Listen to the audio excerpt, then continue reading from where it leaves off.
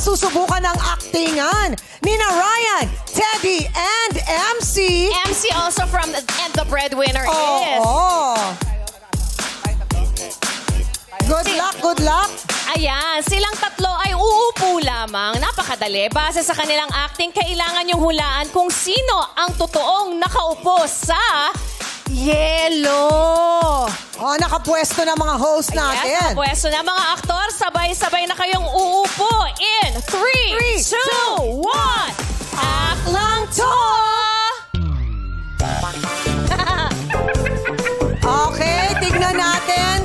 Si Ryan, ako kailangan makumbinsi mo na ikaw talaga ang nakaupo sa yellow. Go, Ryan! Ryan, magsalita ka! Ano nangyayari? Alamig! Alamig! Ha?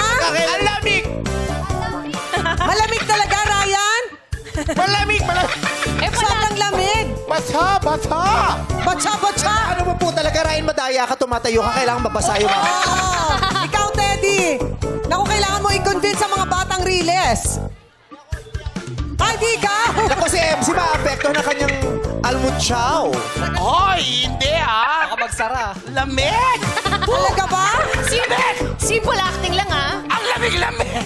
Oh, Yung ason acting. pagalingan ng acting to, ah. Sabi ng lamig! Ang lamig-lamig! Sino mga batang riles sa palagay ninyo ang talagang tunay na nakaupo sa yelo? Awal sumilip, ah. Para sa akin, Kailangan natin magkaisa. Oo nga, kailangan natin magkaisa. Kahit Kailangan isa lang ang sagot nyo, guys. Ako parang kay Quiz Teddy ako eh. Teddy ka? Ako rin. Low-key lang eh. Very ano lang, low-key lang. Low-key lang eh. Ako, Quiz Teddy. Quiz Teddy ako. Ready? So, Kailangan isang sagot nyo lang. Okay, Quiz Teddy. Kanino kayo? Doon daw siya. Ryan, Teddy, or MC? Kokoy? Quiz Teddy ako. Teddy ako. Teddy. Teddy kayong lahat. Parang Teddy daw lahat. O, alamin muna natin ang opinyon ng ating madlang people. Go, Jukes and Ion! Thank you, Chang! Ito, kasama natin. Kasama natin yung mga madlang people natin, mga fans ni Sopronio. Hello, ano pangalan nila, ate? My name is Chris. Chris, yan, si Ate Chris. Sino sa tingin mo ang totoong nakaupo sa yelo? Para po sa akin si Ryan Bang. Si Ryan. Ryan, nakumbinso sa acting ni Ryan. Oy! Tingnan natin. Alamin natin. Back to you guys! Ayan. Oy, ang sabi ng madlang people. Fans ni Sopronio Vasquez yan. Oo, si Ryan daw. Pero kayo, Teddy pa din? O baka pwedeng magbago? Pwede po ba Parang magpalit? Pwede. Ryan. Ano final answer nyo? Hindi po kami magpapalit. Quiz Teddy pa Paninindigan rin po kami. kami. Teddy.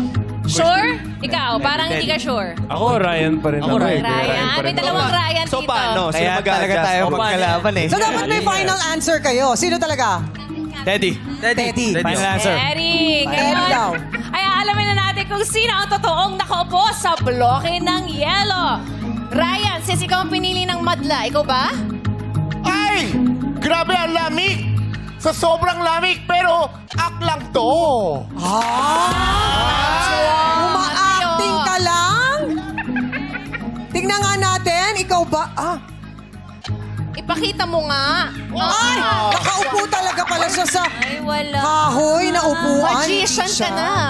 Magician. Maganda yun kung inodoro nilagay niya dyan. Mas nakakatawa yun. Mas visual, ganon.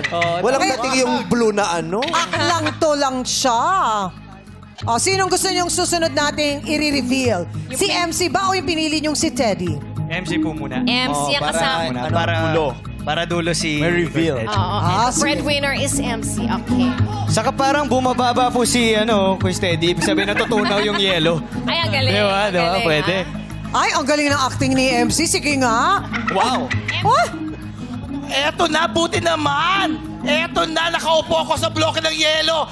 Ang sasabihin ko ay, ako haputin na lang. Kaya, pakita natin ang bloke ng yelo. Ay! Grabe. Ay, basa-basa na. Siya nga ang nakaupo. Ang aktor na totoong nakaupo sa bloke ng yelo ay si MC. Si MC. Yung pants niya, MC. Si MC pala talaga ang tunay na nakaupo sa bloke ng yelo. Hindi nyo nakuha. Hindi nyo nahulaan, so walang 10,000 pesos. Pero pwede pang bumawi sa next round, di ba, Kay? Yes, pwede. Pagaya, good luck sa inyo. Galingan nyo lang ito. Oo.